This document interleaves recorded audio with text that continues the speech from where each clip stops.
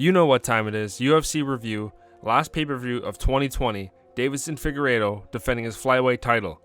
And no, I'm not a broken record. This guy did it again.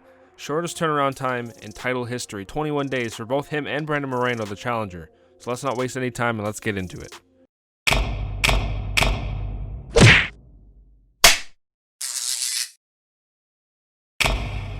The co-main event was a title eliminator of sorts, with Tony Ferguson and Charles Oliveira going to battle. Oliveira picked up a unanimous decision win, but I wish they used a better word than unanimous, maybe pure dominance, because the Bronx looked out of this world tonight.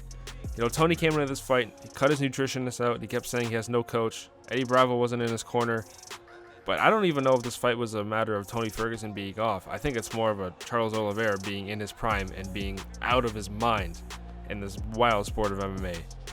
As obviously everyone knows, Oliveira has the most submission wins in UFC history. And first of all, Charles came out hot with the leg kicks. Tony was, popping the punches here and there, but he took him down so easily and basically held top control the entire fight. But obviously at the end of the first round, Charles slipped in a nice little armbar, and I don't know how Tony didn't tap. I wish I could show you the video. I'd probably get taken off of YouTube because it's disgusting. He had Tony's arm fully hyperextended and then put some pressure on the wrist last 5 seconds. Tony, pure heart, didn't tap, but clearly jacked up his arm pretty bad, as Joe Rogan would like to use that expression all the time. And he couldn't throw that left hand at all. The next 2 rounds were just more dominance by Charles Oliveira. And the interesting thing about this fight is obviously, well, first of all, this never happened to Tony before. I mean, Gaethje pieced him up on the feet, but no one's been able to control Tony on the ground this easily. Yes, the left arm was injured, but even the first round before that. But the weird thing is, the Bronx was piecing him up on the feet too.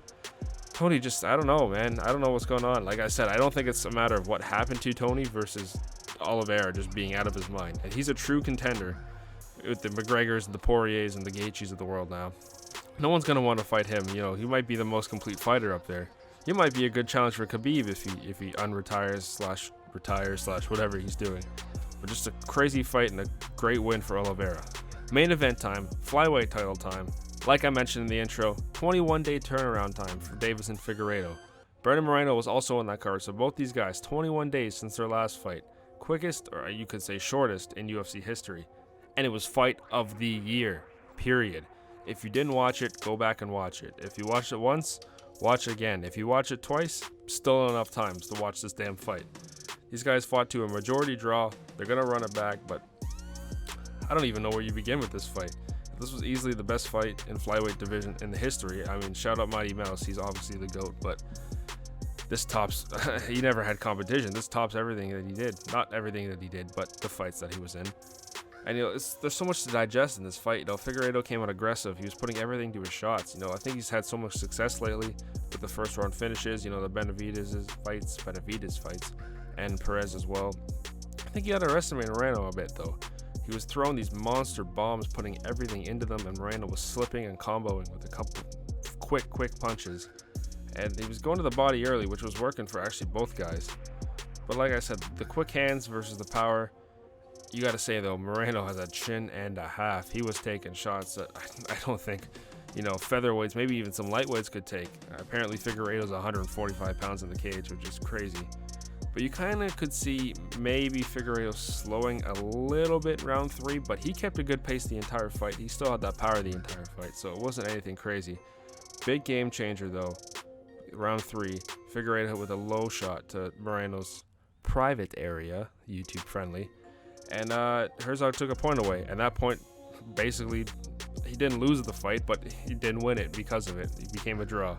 It was a rough shot. I don't know. It was like a minute 41 for Moreno to recover from that. He was like coughing on blood and stuff. It was crazy. It hurt me just watching it. If you saw it, you know what you mean. But yeah, the fight was so back and forth. And Moreno had a lot more success with the takedowns than I would have thought. Again, Figueiredo early in the fights was just bouncing back up. Later in the fights, when he was a bit tired, not going to call it gas because he was not gas, but a bit tired, he was kind of accepting it. And I don't know what we'll call it the real story, but Joe Rogan.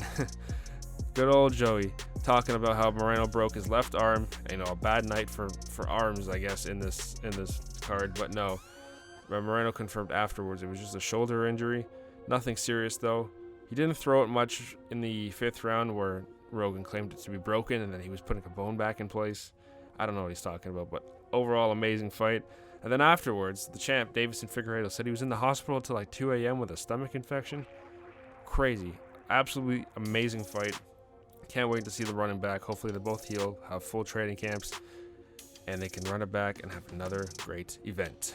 Well, if you made it this far, thanks a lot for watching. Like I said, this is the last pay-per-view of 2020. We almost hit them all. The only one we missed, of course, was January's Conor McGregor pay-per-view. But hey, that's what we're starting with next year, so keep your eyes out for that. McGregor Poirier 2.